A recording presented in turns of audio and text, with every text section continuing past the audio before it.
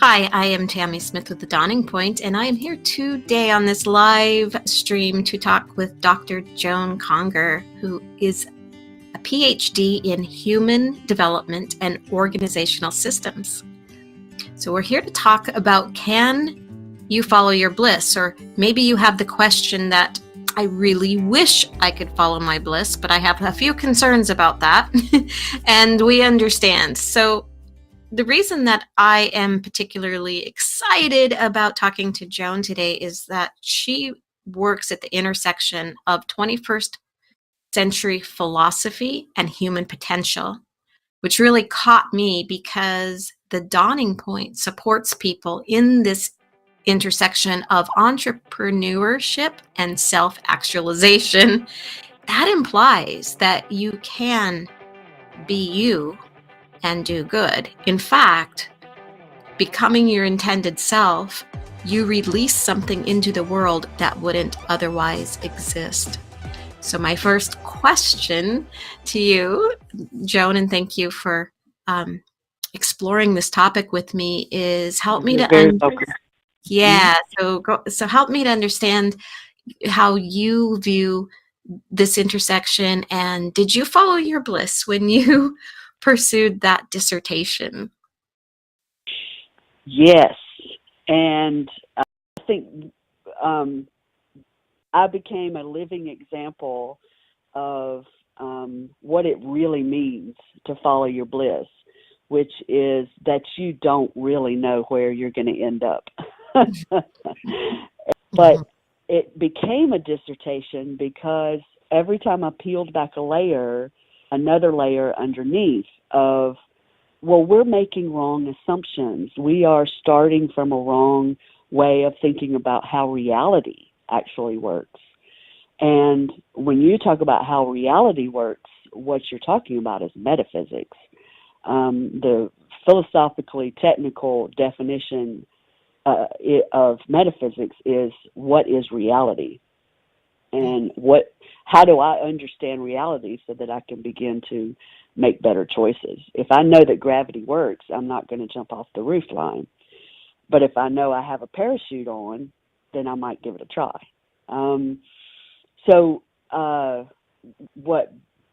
What started out as how do we develop better skills at making good choices became, how do we change the philosophy that all of that learning even starts from. And I think one of the reasons why the phrase follow your bliss gets such an eye roll response a lot of times is that it sounds very personal. And it is personal, but it's not individualistic. It's personal in the sense that I know that what I do, if I follow my bliss, is the other end of that is that I begin to have consequence. I begin to have to take real responsibility.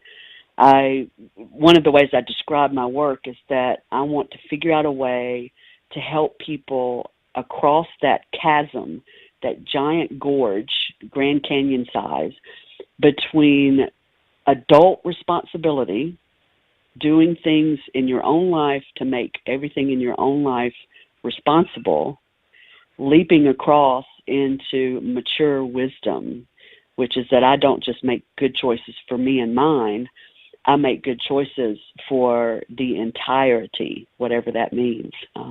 And that's a huge responsibility. That redefines the word responsibility, and I know that the consequences of my actions are going to be much broader than anything I will be able to conceive of, but that should not stop me. It should make me very considered, but it should not stop me.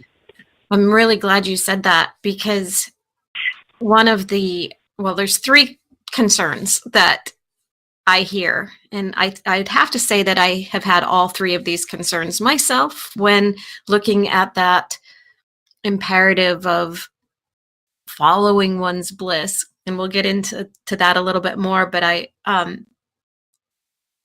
I work as a business coach and help people to find their own ground. This is the ground I stand on. This is who I am, and this is what I want to take out into the world and build upon.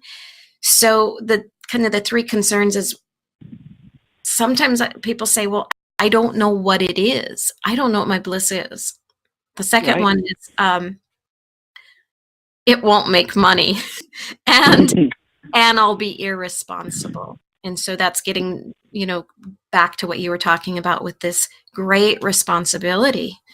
And then the third one is, yeah, that might work for some people, but the way that I'm wired, I need a plan. And follow your bliss sounds too woo-woo for me. Absolutely won't work. Right. So, any other concerns? Right. Those sound fantastic to be going on with. Of course, any list is infinite. But I would also add that the approach, the manner in which we ask those questions needs to remain at the forefront. And we're trained to ask those questions, okay, what's the new skill set that I need to acquire to get some good answers to those questions and help me?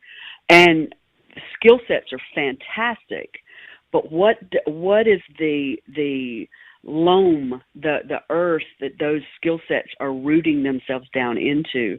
That also needs to be, that question needs to be asked, and we are trained not to ask that. We're trained not to look behind us and to see what is the I'm going to use the word philosophy, but I'm going to use it in an everyday sense. My philosophy of life. What do I think is going to happen when I do this thing and that thing? What are the expectations I go into these questions with?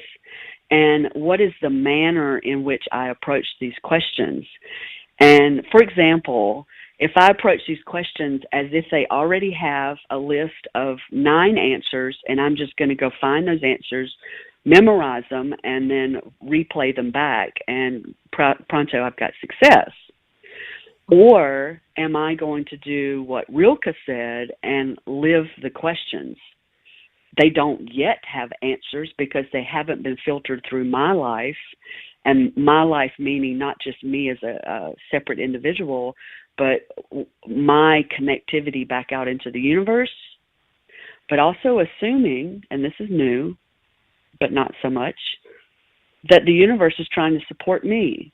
What if I lived these questions as if the universe is trying to come in through me and live out its good, capital G, through my good, lowercase g? I might not know it yet, but that doesn't mean it's not there. And when all of that language sounds very traditionally religious, let go of that, not that it's wrong, but honestly show up and live those questions and place myself into the uncertainty of I don't know the answers, but I can live out those questions and have the confidence to remain uncertain because there are powers that are trying to help me. And not in a woo-woo kind of, there's a man with a white beard out there trying to help me. If that's the way I need to image it, that's great. But we're letting go of 1,000-year-old metaphysics and entering into a new reality. Asking those questions, those 3 are good places to start, but asking them in a different way.